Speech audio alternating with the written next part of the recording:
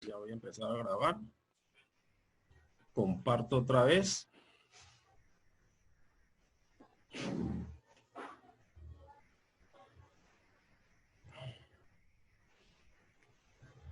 Comparto otra vez la pantalla y pare de sufrir. Listo, ahí está.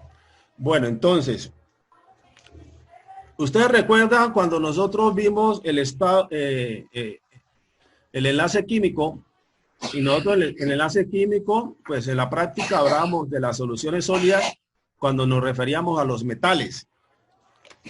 ¿Sí? Entonces, nosotros al referirnos a los metales, nosotros hablábamos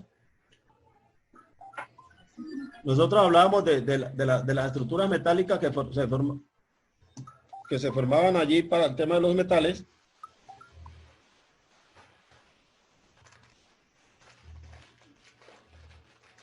Y recuerden de que nosotros hablábamos de que se formaban tres tipos de estructuras, cúbica centrada en las caras, cúbica centrada en el cuerpo y la hexagonal y la cúbica simple. Pero en este tema de aleaciones no entra la cúbica simple, sino que entran las cúbicas centradas en las caras, la cúbica centrada en el cuerpo y la hexagonal. Si hablamos de la cúbica centrada en las caras, nosotros, recuerden ustedes que el empaquetamiento de una estructura cúbica centrada en las caras es del 74% y el número de coordinación es de 12.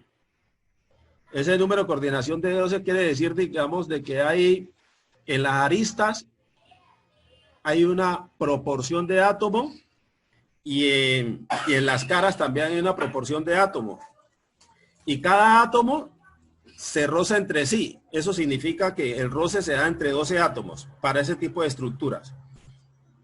Ejemplo de estructuras cúbicas centradas en las caras. Para metales tenemos el aluminio, tenemos el cobre, tenemos el hierro, tenemos el níquel, tenemos la plata, tenemos oro y tenemos platino.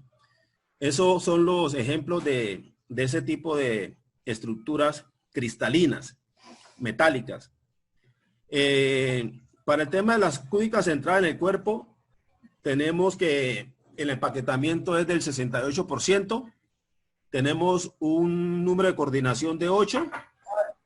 Como pueden ver... Buenas tardes, profe. Buenas tardes, compañero. Buenas. El número de coordinación de 8 es mucho menor que en el caso de las centradas en las caras. ¿Qué quiere decir? Que hay mucho menos átomos en esa celda unitaria. Para este tipo de estructura cristalina, los ejemplos son el vanadio, el cromo, el wolframio y el molibdeno. El titanio también y el hierro también entran allí. Para el tema de las estructuras hexagonales, la estructura hexagonal tiene un 74% de empaquetamiento. El número de coordinación de la estructura hexagonal es de 12. Y ejemplo de una estructura hexagonal es el magnesio, el zinc, el berilio, el circonio y el titanio tipo alfa. ¿Cuál es la importancia de hablar de la estructura de los metales? Porque la estructura de los metales define lo que es la densidad, la elasticidad, la dilatación térmica, la conductividad eléctrica, los puntos de fusión. O sea que dependiendo del espacio geométrico de la estructura cristalina, asimismo será el comportamiento de las propiedades del metal como tal. Eso pues a modo de introducción. Bueno, entonces ahora sí vamos a ver lo que son las aleaciones metálicas como tal. Aquí está el título principal, aleaciones metálicas. Cuando hablamos de aleaciones metálicas, pues hablamos de uniones de dos o más componentes para formar una aleación. Generalmente, pues las aleaciones se dan entre metal y no metales o entre metal con metales. ¿Sí? Entonces, ¿qué dice allí? Aleación, ¿qué es una aleación? Es una mezcla de dos o más metales o de metales con no metales, de manera que la mezcla presenta características metálicas. Normalmente, la idea de formar la aleación es para mejorar la condición del metal como tal. Muchas veces un metal tiene una característica en solitario y al unirse a otro metal o a otros metales, ya esa característica se mejora. Es decir, si el metal, por ejemplo, si el metal es muy débil y lo uní con metales fuertes, es posible que la mezcla te dé un metal mucho más resistente y por lo tanto se mejoran las condiciones de propiedades de dicho metal, o sea, por el tema de la aleación. La mayor parte de las aleaciones metálicas se forman en estado líquido. ¿Eso qué significa? Pues que tenés que fundir el metal. Si vas a hacer una aleación, los metales los tenés que fundir. No puedes hacer una aleación con el metal puro como tal, en estado sólido. No puedes hacer una aleación. Debes tenerla en forma o en estado de agregación, líquido. Los metales deben ser totalmente solubles en estado líquido, parcialmente solubles en estado líquidos. Sin embargo, dice acá, en estado sólido pueden darse distintos casos. Primero, totalmente solubles en estado sólido. Ese es un proceso, son condiciones, ¿no? Totalmente insolubles en estado sólido. Parcialmente solubles en estado sólido y combinable formando un compuesto intermetálico. Estos son los procesos que se pueden trabajar para el tema de cuando se vayan a buscar cómo hacer una aleación. Esto ya estamos hablando del tratamiento del proceso en una fundición. Ya es en un trabajo industrial. O sea, esto no es teórico, esto es real. Vamos a ver en términos de aleaciones qué definiciones son importantes tener en cuenta. Los componentes. ¿Qué es un componente? El componente es cada una de las sustancias químicas de la que está compuesta una fase. Un compuesto puede ser un componente.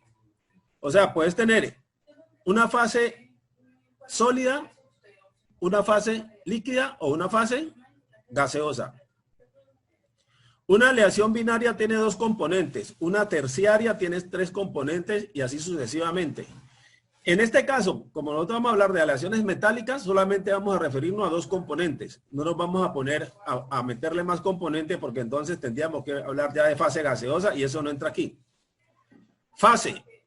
Porción de microestructuras homogéneas desde un punto de vista químico y estructural.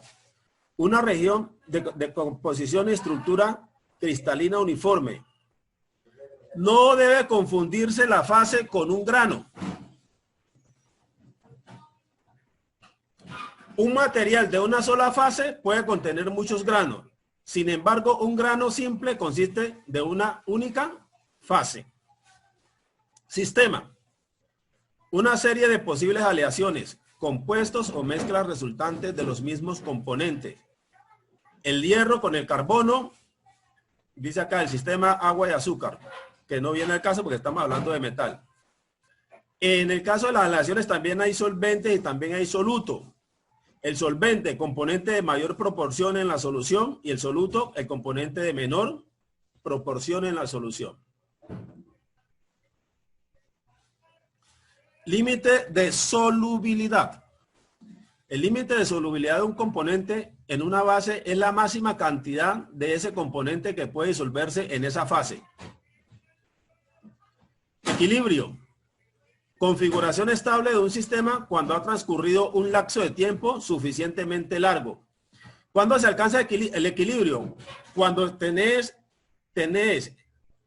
los componentes los tenés en fase líquida y de una vez se te pasan a fase sólida. Allí ya alcanzas el equilibrio, ahí no hay vuelta atrás. Cuando ya se te pasa a fase sólida, pues de líquido a sólido es porque ya se está formado el cristal. El equilibrio puede alcanzarse muy rápidamente, en segundos, o tomar largos periodos de tiempo. Se trata de sistema en equilibrio, no se modifica a medida que transcurre el tiempo. Microestructura. Las propiedades de una aleación no dependen solo de las proporciones de las fases, sino además de cómo están acomodadas estructuralmente a nivel microscópico.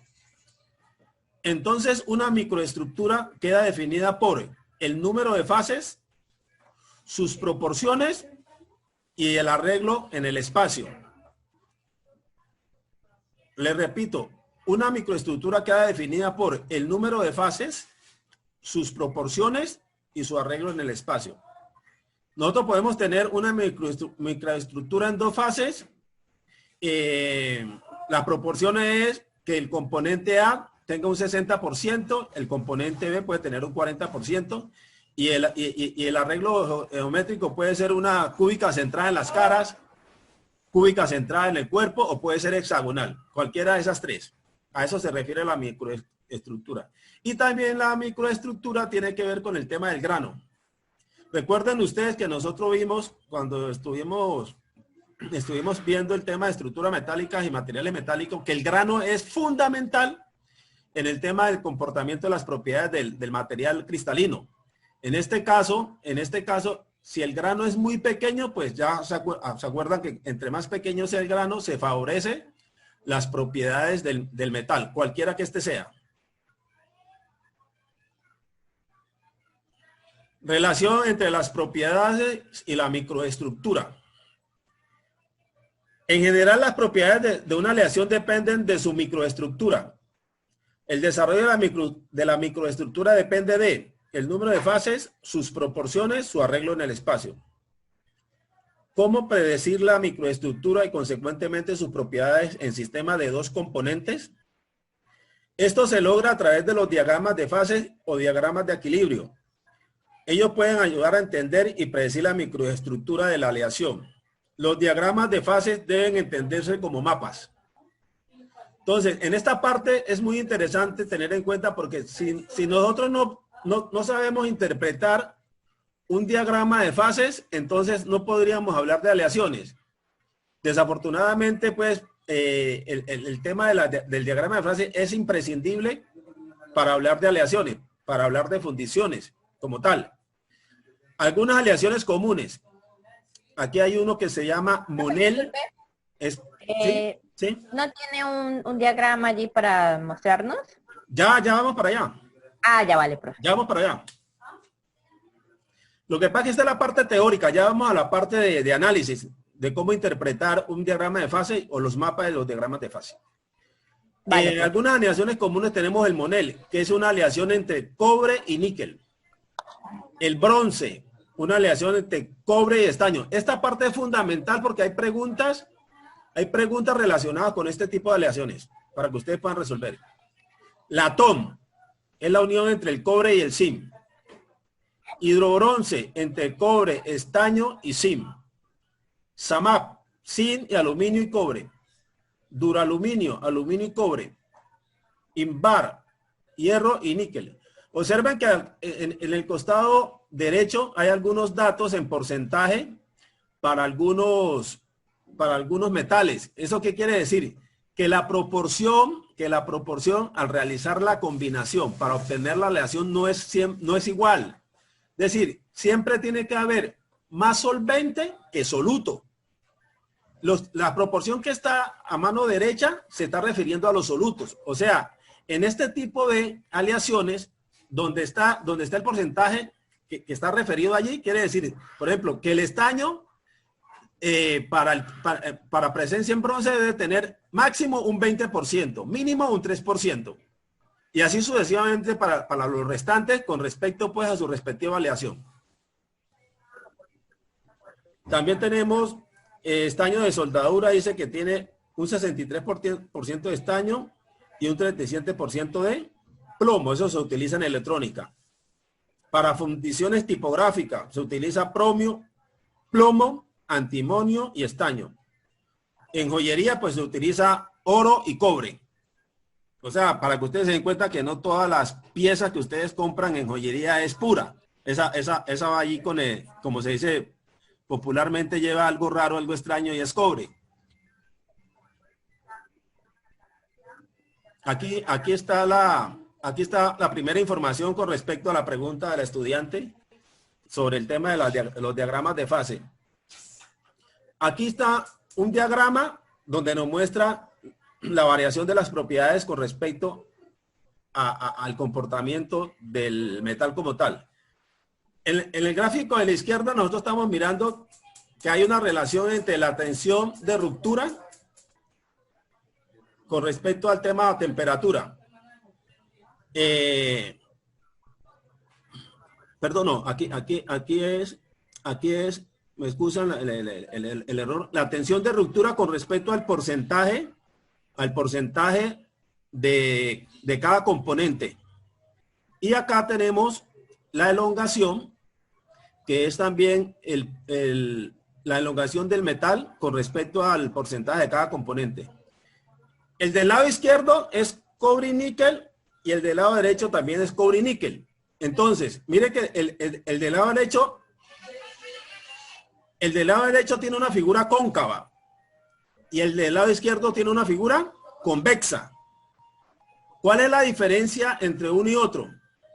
En que, por ejemplo, si usted toma una tensión, si usted toma una tensión cualquiera y la va a relacionar con el porcentaje, ese tipo de correspondencia no se da en línea recta.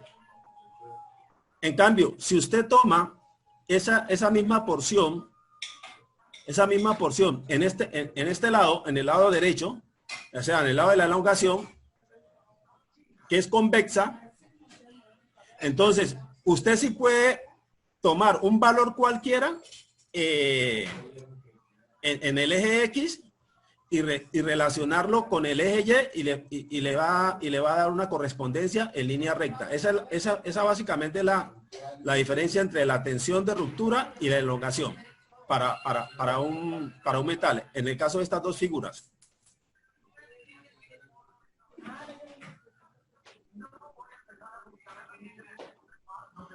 Diagramas de fase binarios. ¿Qué es un diagrama de fase binario en equilibrio? Ya sabemos que binario, dos componentes. El equilibrio en este tipo de diagramas se establece con respecto al tiempo.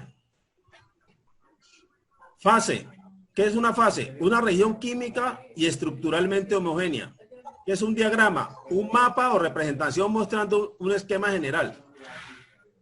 Para un ingeniero, en general se trabaja con diagramas de fases binarios y uno de particular interés es el de hierro-carbono, que se tratará más adelante. El de hierro-carbono, estamos hablando de acero. Aquí viene ya el estudio y la interpretación de un diagrama de fase. Aquí nos está mostrando la solubilidad total en estado sólido.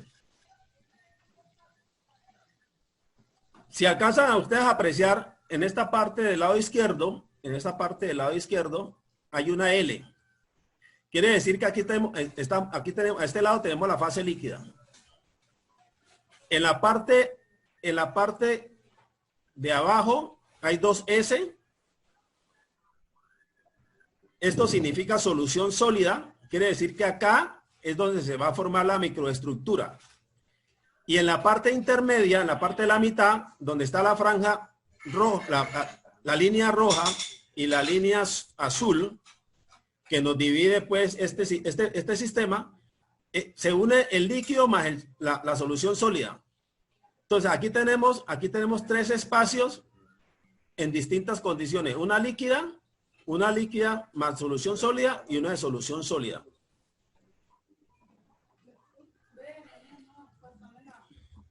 Las temperaturas son distintas. Para el caso de A, tenemos una temperatura, aquí la tienen, T sub A, y para el caso de B, también tenemos una temperatura, o sea que cada componente tiene una temperatura. Vamos a mirar más abajo cómo relacionamos los porcentajes dependiendo de qué temperatura escojamos. La temperatura juega un papel importante aquí en este tipo de solubilidad. Aquí está. Este gráfico es el mismo gráfico del anterior. Si nosotros tomamos la temperatura T, esta temperatura T, y nos venimos y nos desplazamos hacia la derecha, encontramos este punto M, y en este punto M encontramos un valor para el componente A y un valor para el componente B. En esta temperatura T, el componente A tiene un valor del 60%. Ese es el aporte del componente A. Y el componente B tiene un valor del 40%. Observen de que entre A y B debe haber un 100% de participación o de uso, llamémoslo así, ¿no?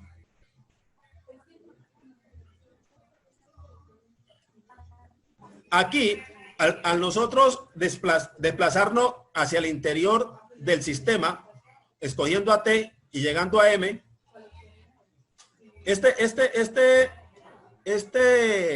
punto no solamente se queda allí donde está M, porque cuando llega al punto M, ¿qué nos está indicando? Que se está alejando de las condiciones líquidas y va a ingresar a qué condiciones, a la condición intermedia, líquidos más sólido, más solución sólida. Cuando llega al punto O, a este punto O, ¿qué quiere decir? Que aquí tiene una condición de un aporte del 24% más o menos, y un aporte acá de un 75%, un 76% en este punto O. Pero observen que entre M y O hay una línea verde que es una línea intermedia, ¿sí? Es una línea intermedia. Si nosotros miramos esa línea intermedia y nos desplazamos hacia la izquierda, encontramos la temperatura T2. Esta temperatura T2, ¿qué nos indica? De que en este punto donde está la zona verde y la zona azul, ya empieza ¿qué? La solidificación. En este punto empieza la solidificación. Cuando empieza la solidificación en ese punto, ¿qué porcentaje va a tener el producto final? Va a tener un porcentaje de 60% de B y de 40% de A. ¿Sí lo ven claramente allí, no? Esa es la interpretación que hay que darle aquí. O sea, en este punto, el punto que está aquí relacionado con T, ya empieza la solidificación. Empieza el embrión a darle forma al producto final. Y el producto final, ¿qué va a ser? Pues el sólido. Y este embrión aquí, ¿a qué nos va a llevar? A que nosotros vamos a tener aquí ya unas condiciones homogéneas o unas condiciones heterogéneas. Para el caso de la solubilidad total en estado sólido, normalmente el proceso más recomendable aquí es cuando se tienen los componentes en estado heterogéneo. Es más fácil conseguir la cristalización en un proceso heterogéneo que en un proceso homogéneo. Eso es, a grosso modo, la interpretación de este tipo de solubilidad total en estado sólido. Hago una pausa y si tienen alguna pregunta respecto al tema de la solubilidad total en estado sólido, teniendo en cuenta este gráfico. ¿Alguna pregunta tienen allí? Sí, profe, no sé si, pues no comprendí muy bien. Que, o sea, usted explicaba que en T2 es donde está como el punto de equilibrio, ¿cierto? Para que empiece a formarse el cristal. El cristal, correcto. Sí. Pero entonces, ¿cuál es la diferencia entre ese punto que usted señaló y el punto T, por ejemplo? O sea, bueno, porque yo entiendo que digamos que la línea verde sí, es todo, ¿no? O sea, es sí, todo, digamos, el punto de equilibrio. Pero entonces, como usted señaló, ese punto T2, ¿cuál es la diferencia con los demás? ¿Cuál punto me está diciendo? ¿Cuál es la diferencia entre qué? Entre, por ejemplo, el punto T2, que usted me dijo que era que se empezaba a formar la cristalización. Sí. Y en el T, ¿qué surge? En donde está la T sola. En el de arribita. ¿Aquí T? Sí, pero en la misma línea verde. Sí, este T tiene incidencia aquí sobre M. Cuando T se desplaza hasta M, aquí no tenemos sólido. Aquí todavía el sistema está en estado líquido. ¿Listo? Ah, ya, listo. ¿Y en N? ¿En N qué significa? Aquí en N en N nos está diciendo de que en la línea verde, N no es sólido ni es líquido. ¿Listo? No es sólido ni es líquido. Está en zona intermedia, o sea que está parte de sólido y parte de solución líquida. Mire que N está metido en el recuadro. Ajá. Tanto N como O están metidas en el recuadro. ¿Sí la ven? Señor. Tanto N como O están metidas en el recuadro. Pero mire que ya T2 está alejado de todo el recuadro. T2 ya hace parte de ¿qué? De la solución sólida, porque mírala donde está. No está inmerso dentro del cuadro L más SS, más solución sólida. Entonces, esa es la diferencia. Ah, ya, profe, vale. Está bien. Bueno, pues. Hay un tema muy interesante hablando de la solución, de las soluciones, de la solubilidad de estado sólido, y es la regla de la palanca. La regla de la palanca, ¿qué nos permite calcular? Nos permite calcular el peso de la sustancia en el componente líquido y el peso de la sustancia en el componente de solución sólida. Entonces, esto que está aquí es el mismo gráfico anterior para explicar la regla de la palanca. Observen de que aquí donde está N es donde empieza a solidificarse la sustancia. Entonces, es aquí donde tenemos que aplicar la regla de la palanca. ¿Y esa N qué significa? Esa N significa que es la parte media entre el lado izquierdo, que es WL, y el lado derecho, que es WSS. La suma de los dos nos tiene que dar 1. Si tomas WL más WS, te tiene que dar 1. Míralo, aquí está. ¿Sí? Y aquí se hacen otro tipo de consideraciones para hallar la relación entre el peso de la solución sólida y el peso de la solución líquida. Si nos ponemos y nos detenemos a analizar esto, miremos el peso de la solución sólida. Aquí tenemos A dividido entre A más B. ¿Quién es A? Aquí está. A es la diferencia entre el valor aquí cuando empieza a solidificarse y el valor acá cuando está en líquido. ¿La diferencia cuánto es? 18. Vas de 40 a 58, la diferencia es 18. Ese 18 lo vas a dividir entre 18 más esta diferencia. B, ¿quién es? 40 y 24, nos da 16. O sea, 18 lo divides entre 34. Eso te da un valor allí. Ese valor lo multiplicas por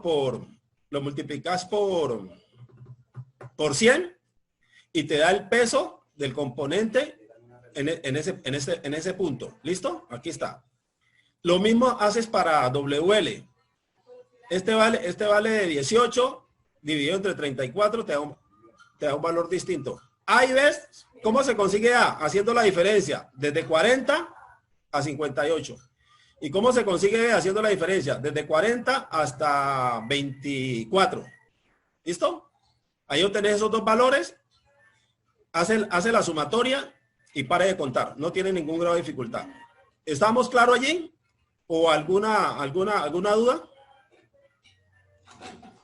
No, profe, entonces cuando me dé ese resultado lo reemplazo en la fórmula de arriba, ¿cierto? Sí.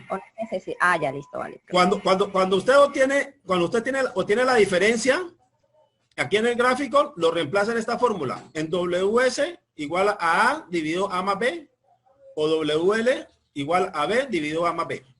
A más B no cambia, lo que va a cambiar es la diferencia tanto hacia el lado de WL o hacia el lado de WS. O sea, hacia el lado del líquido o hacia el lado del sólido. ¿Listo? Eso es.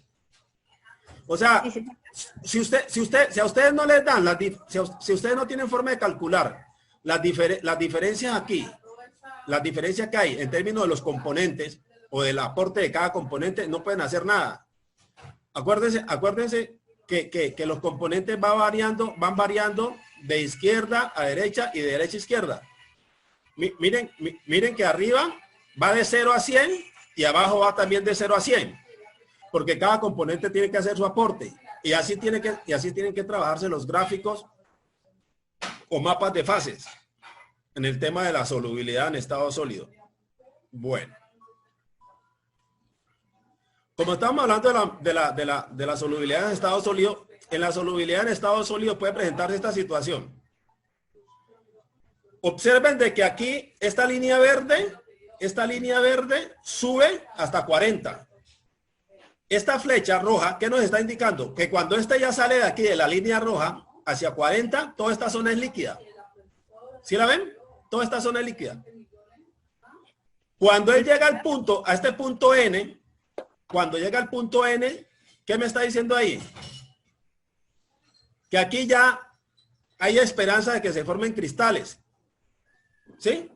Como ya estoy abandonando la zona líquida, tengo la posibilidad de formar pequeños cristales aquí.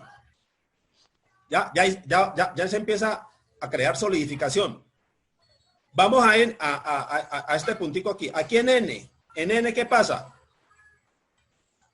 Todavía hay formación de sólidos, porque estoy en una zona donde tengo la probabilidad de tener sólidos. Cuando ya salgo de esta zona, y voy aquí a esta zona total, que es totalmente dominada por la línea verde, ya estoy aquí en solución sólida. Entonces aquí ya puedo hablar de la microestructura. Aquí ya se me va a formar el cristal. Este cristal que se me forma aquí puede tener dos condiciones: que sea de un solo grano o que sea de varios granos. Si es de varios granos, es una estructura policristalizada. ¿Sí? Aquí. Si tengo varios granos, aquí es una estructura policristalizada. O también puedo tener un cristal de un solo grano. ¿Qué pasa si la estructura cristalina que yo tengo aquí en esta zona es de un solo grano? ¿Qué pasa con esa estructura cristalina? ¿Qué pasa con ese metal o con esa aleación? ¿Cómo podríamos considerar nosotros que aquí el grano sea de un solo tamaño y sea solo un grano, que no intervengan más granos? Entonces, ¿yo aquí qué puedo tener en esta parte? En lugar de tener una sustancia policristalina, es porque tengo de varios granos. Yo le estoy diciendo, supongamos que mi estructura aquí es de un solo grano. Entonces, ¿qué va a pasar con esta estructura? ¿Qué va a pasar con este cristal? ¿Cómo lo puedo considerar este cristal? ¿En qué estado? Sólido. Sólido, profe. No. En grados de pureza. ¿Es puro o es impuro? Puro. Puro, profe, puro.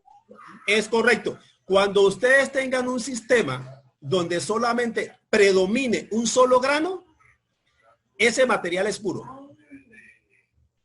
Cuando en el cristal intervienen 2, 3, 4 o más granos, ya no estamos hablando de un cristal, de un material puro. Estamos hablando de un material mezclado, o sea, estamos hablando de una aleación. ¿Listo?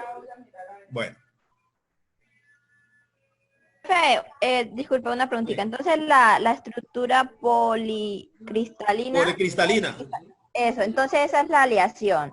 Es una aleación porque está formada por más de un grano, distinto, un grano diferente. Ese da lugar a aleaciones, sí. Vale. Y ya lo vamos a ver aquí.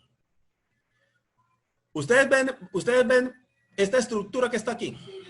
No pensemos en lo que el contenido literario. Vamos a mirar esta estructura. Vamos a suponer que la parte oscura, toda la parte oscura son hierro. Y toda la parte, ¿qué color es? Como zapote. O naranja. O naranja. Vamos a suponer que es carbono. Naranjado.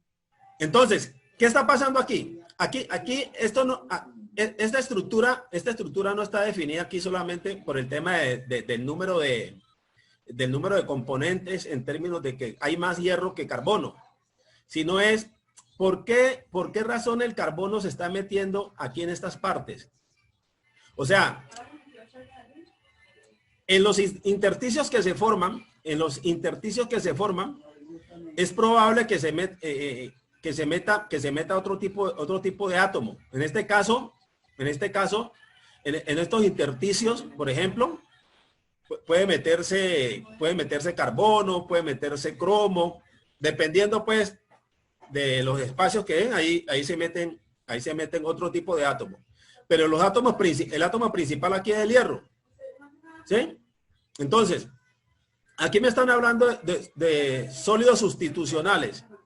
Por ejemplo, aquí en esta parte no podríamos hablar del carbono, porque el carbono por su tamaño es mucho más pequeño comparado con el hierro. Entonces aquí no podríamos hablar del carbono. Aquí vamos a hablar del cromo. Vamos a suponer que esta parte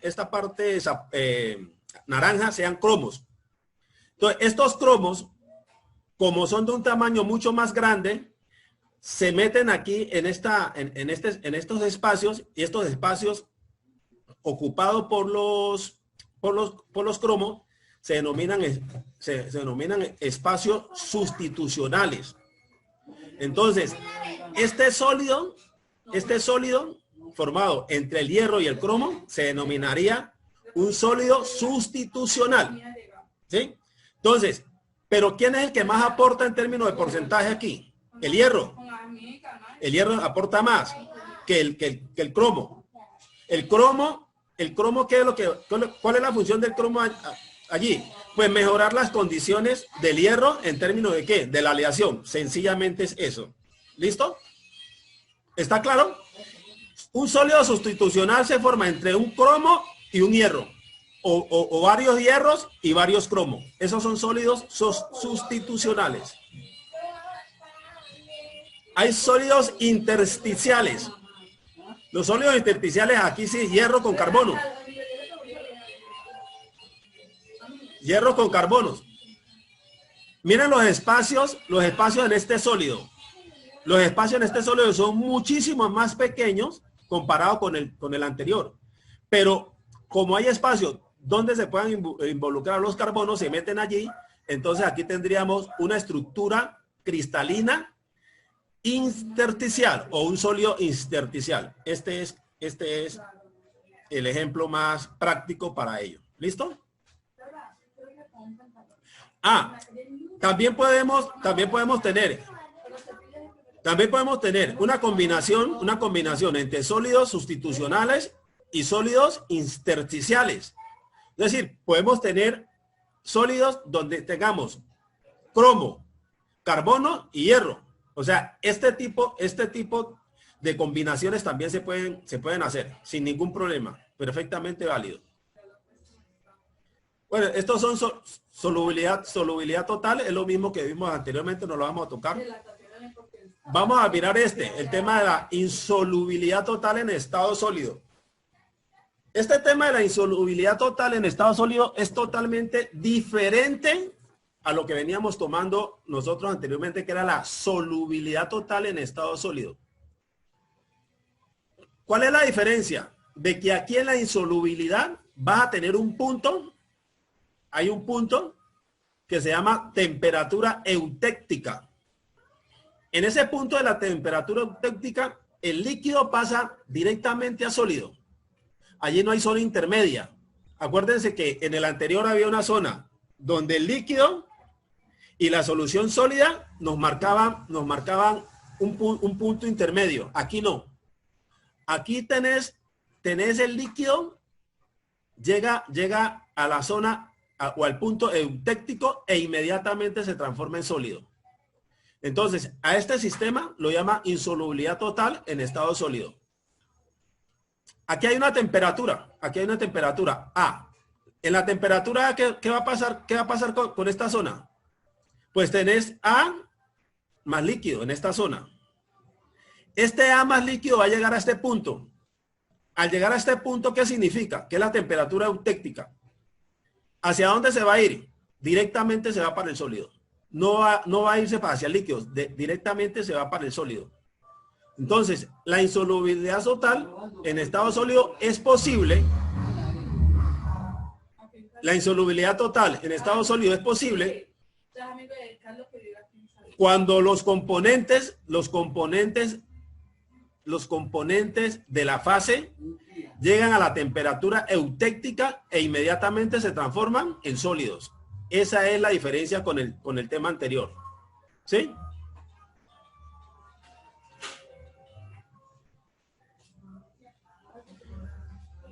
Aquí tenés el ejemplo. Empezás en la temperatura A, llegas a temperatura Z, llegas a una temperatura T.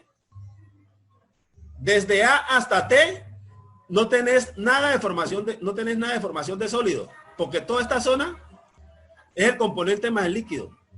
Cuando ya llegas aquí a este punto de la temperatura eutética, allí ya se te va a formar el sólido. El sólido es toda esta zona que está aquí. Esta zona que no tiene marca, no tiene registro, es la zona del sólido. ¿Listo? Vale, profe.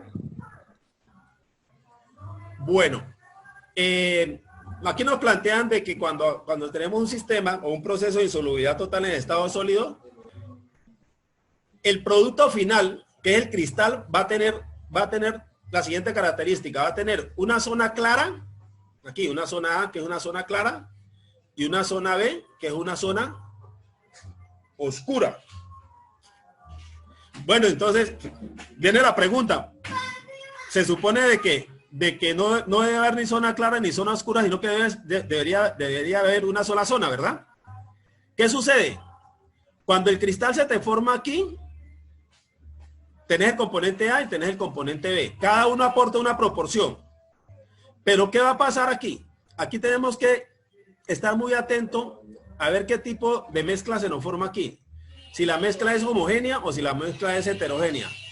Si la mezcla es homogénea, vamos a tener dificultades con el tema de diferenciar el color del cristal.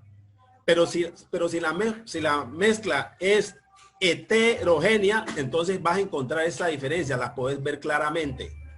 En las mezclas heterogéneas, en temas de fundición, es posible ver una zona clara y una zona oscura para la microestructura. ¿Listo? Observen este dibujo. En este dibujo, ¿qué nos dice? Inicialmente tenés el líquido. Mira el color del líquido. Totalmente verde. Lo están ejemplificando con un color. Totalmente verde. ¿Este líquido tiene granos? No. Cuando baja la temperatura, empiezan a aparecerte estos puntos verdes. ¿Esos puntos verdes qué es? Granos. Estos puntos verdes ya son granos. Empezás a bajar más la temperatura y se te siguen incrementando los granos. Cuando ya llegas a una temperatura por debajo de la temperatura eutéctica, ¿qué significa? Que te debe aparecer ¿qué? El cristal. Y mira el cristal aquí. Este cristal aquí ya tiene definido sus zonas. Perfectamente las zonas definidas. ¿Qué quiere decir? Que por debajo de la temperatura eutéctica, el cristal ya está formado y está bien definido. Lo mismo pasa acá, en esta zona, en la parte verde. Aquí nos dicen que por debajo de la zona de la temperatura Z, no se han formado ¿qué? No se han formado cristales. Los granos. Exacto, los granos. Pero acá, ya por debajo de la temperatura eutéctica, ya se forman los granos. Y esta es la diferencia de colores, ¿sí? Usted puede decir, el de color rojo es un grano alfa y el de color azul es un grano beta. Perfectamente válido. Porque aquí tenés dos granos de diferentes, llamémoslo así, tamaño, ¿sí? Entonces, están claramente definidos. ¿Listo? ¿Por qué no muestran la microestructura? Porque en la microestructura es que uno puede hablar de granos. No puedes hablar de granos en ninguna otra parte. Porque en el cristal como tal, en la estructura cristalina, ya no puedes hablar ya de granos. En la estructura cristalina ya vas a hablar del metal como tal. Tenés que hablar ya es un metal o una aleación de X con Y. Ya no me vas a decir, en la estructura cristalina no tengo hierro con carbono. Sí, en la estructura cristalina ya usted tiene que definir qué componentes tiene y por qué ese metal es resistente a quebrarlo, a elongarlo, a fracturarlo, en fin, todas las propiedades que tengan que ver con la parte de estructuras. Bueno, este ya es lo mismo que el anterior. Aquí nos habíamos hablado de la solubilidad total, de la insolubilidad, y aquí nos están hablando de la solubilidad parcial. ¿Sí? Solubilidad parcial en estado sólido.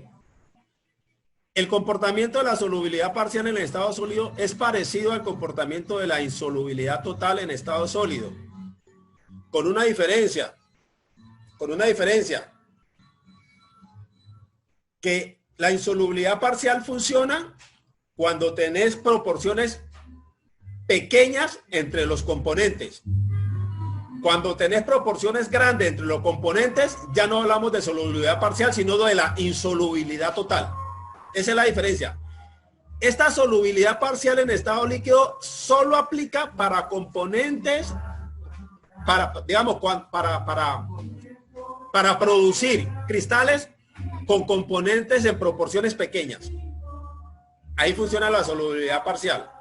Cuando usted aumenta el porcentaje de los componentes del proceso, ya no puede hablar de solubilidad parcial, sino de insolubilidad, porque estás incrementando el porcentaje del componente A y el porcentaje del componente B. Observen de que aquí en la solubilidad parcial en estado sólido hablan de alfa más beta y no me están hablando de la microestructura. ¿Listo? Entonces, allí tenemos una diferencia en este punto. Bueno. Esto es lo mismo de la solubilidad total en estado sólido. Lo que pasa es que aquí me la pintan pues como solubilidad parcial, es lo mismo. Inicialmente tenés el líquido, pero no hay cristales. Ya después de un tiempo y de bajar la temperatura se te van a formar los cristales, ¿sí? Y vas a tener una separación de la estructura. Aquí va a tener una estructura alfa más una estructura beta, ¿sí? Y mira que aquí empiezan a señalar los diferentes tipos de microestructuras. Aquí nos dice microestructura 1. Acá nos hablan de la microestructura 2. Acá tenemos 1, 2, 3 esferas. Acá tenemos 4 esferas. ¿Sí ven? Va cambiando la condición de la microestructura dependiendo de la composición, dependiendo de los componentes. Acá tenés ¿cuánto? Aquí tenés 2. ¿Cuántos tenés acá? Acá tenés 4. ¿Sí ven? A medida que vamos cambiando las condiciones, pues la microestructura que se va formando va a ser diferente. Eso es lo que nos quieren entender estos ejemplos de solubilidad parcial en estado sólido. Bueno, listo. Estos son ejemplos ya de las microestructuras como tal, ya la microestructura formada. Estos dibujos no se hacen a la vista, estos dibujos se toman con rayos X. O sea, a nadie se le va a ocurrir pues de que va a coger una muestra de la aleación, lo va a meter a un microscopio y el microscopio le va a arrojar esto. No. Estos son trabajos con equipos altamente especializados para poder analizar las condiciones de una microestructura. Miren que esta microestructura es totalmente distinta a esta, ¿sí?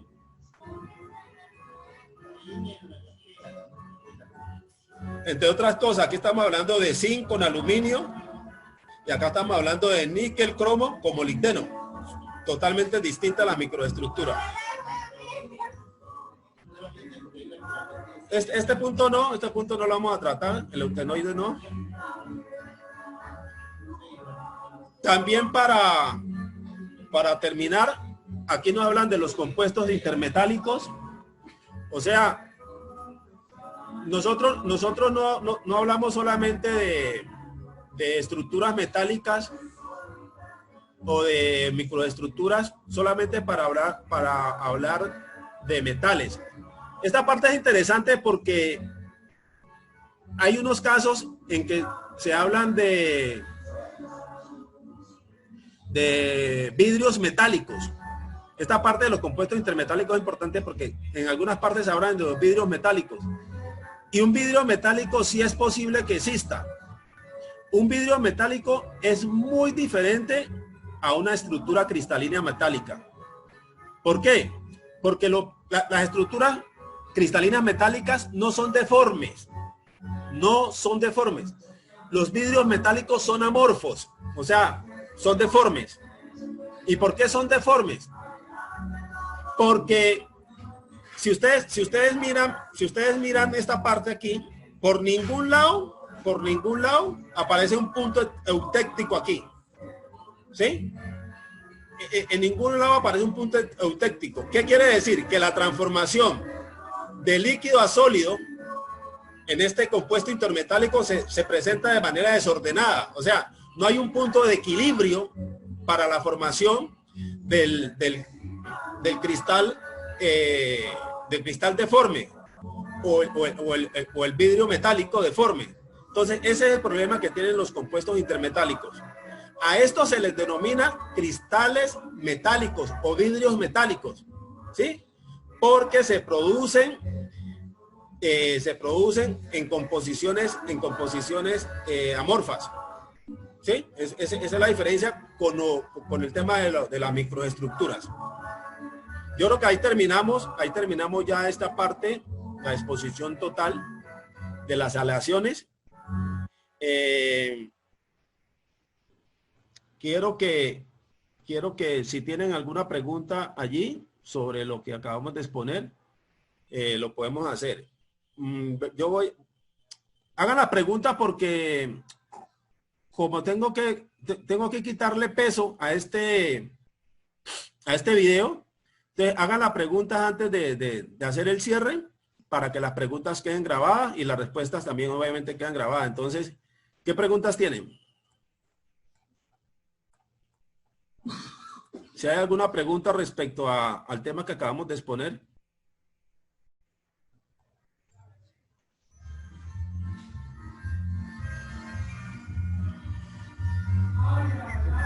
¿Alguno tiene alguna pregunta, jóvenes? De este tema interesante de aleaciones metálicas. No, profe, parece que no. Era, no consiguió el portavidrio. Hábleme más fuerte. No, profe, yo creo que no. Parece que no. Bueno, No tengo una pregunta. ya, ok. Bueno, entonces voy a salirme ya de la grabación.